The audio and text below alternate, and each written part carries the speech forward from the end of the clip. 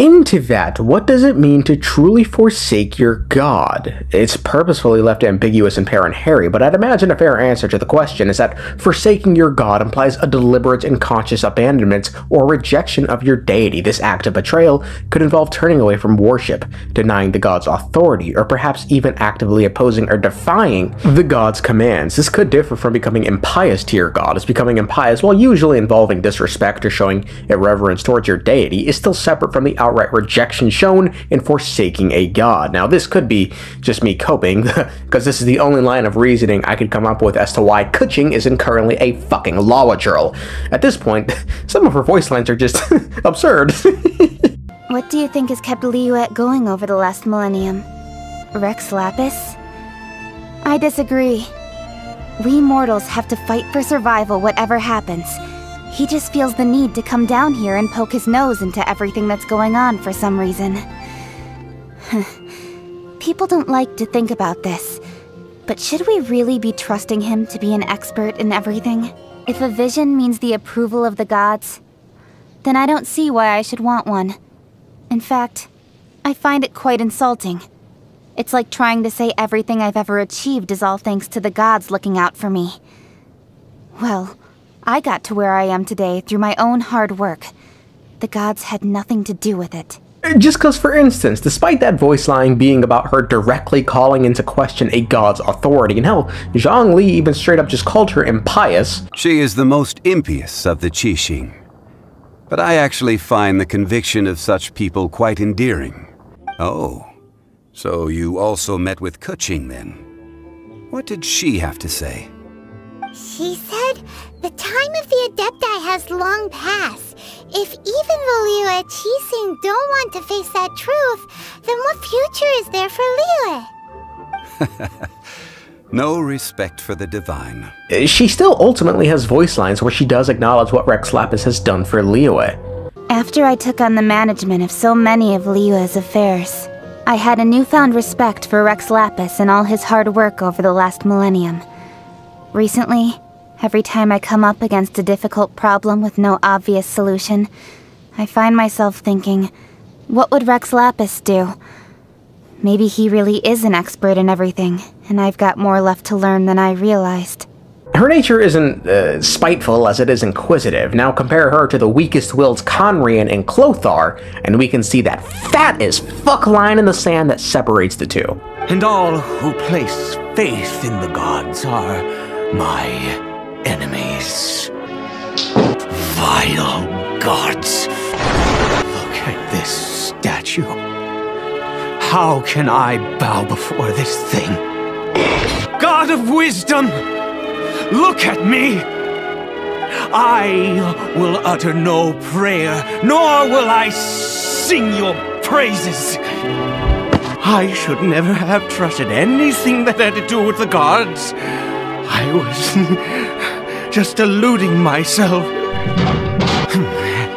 I knew that placing my hope in the Seven was a waste of time. I even worshipped at one of their statues like a common fool. Never before have I humiliated myself like that. He just hates them and takes every chance he can to blast them so long as they can't help him with whatever he wants. See, if he weren't a Conrian, then he'd currently be doing the fucking Unga Bunga dance right along with his bastard son.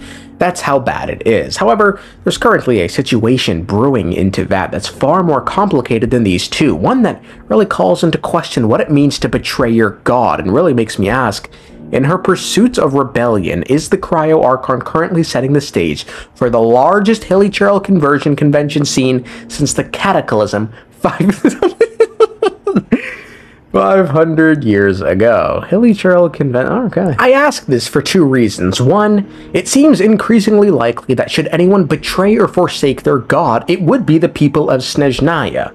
Why, you might be asking yourself? Well, the answer's simple.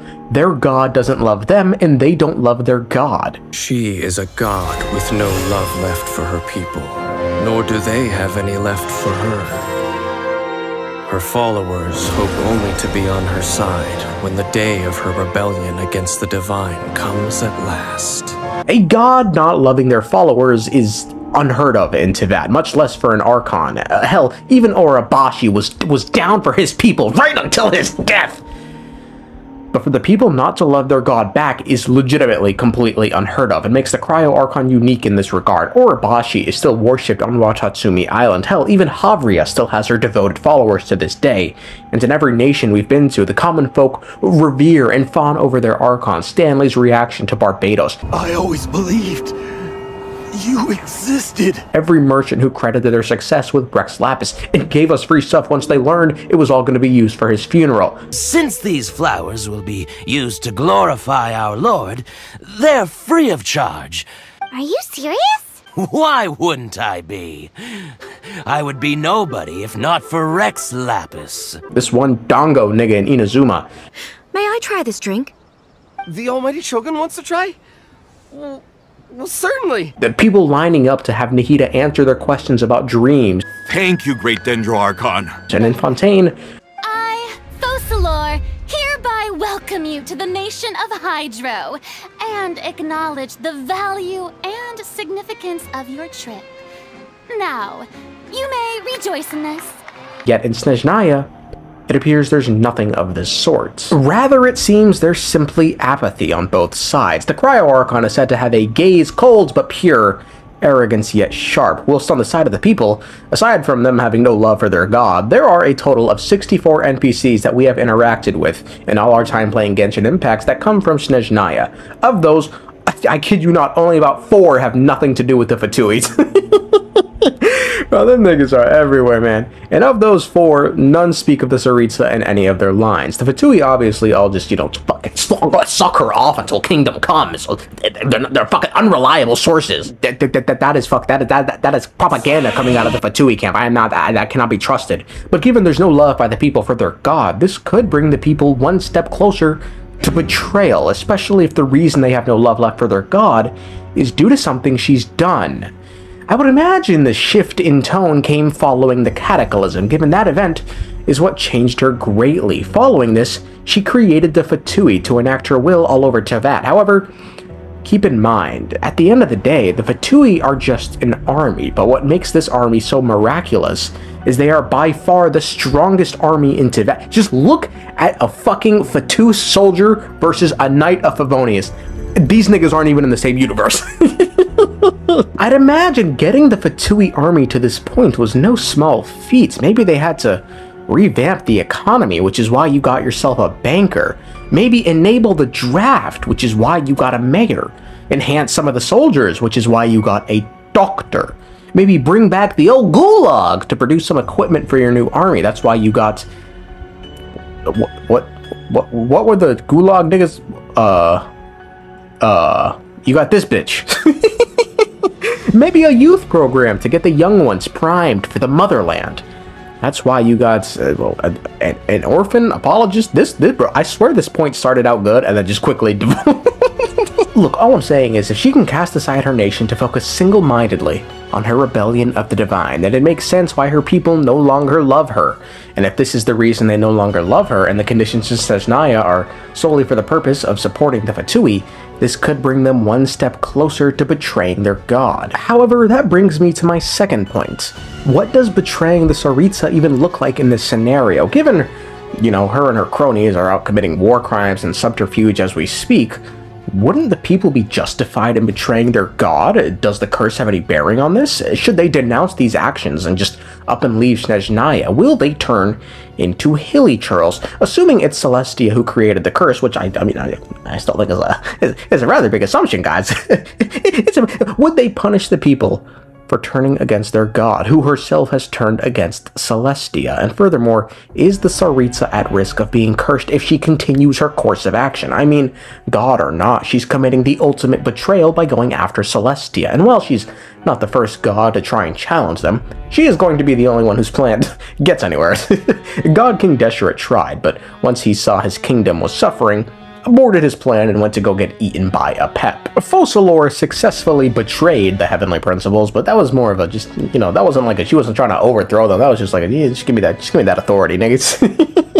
But are the gods immune from the curse of the wilderness should they turn against the winged one? I can't imagine why, given we know at the very least they aren't immune to erosion. Hell, Zhongli says that shit was imposed on him by the heavenly principles. But asked the question of whether or not gods could be affected by the curse of the wilderness, the answer is, we simply don't know. Deshret died immediately after his plan started. Focalors died immediately before her fucking plan started.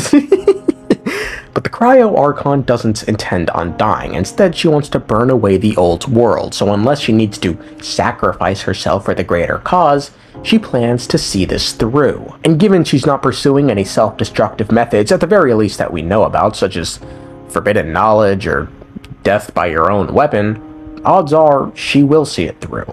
Until our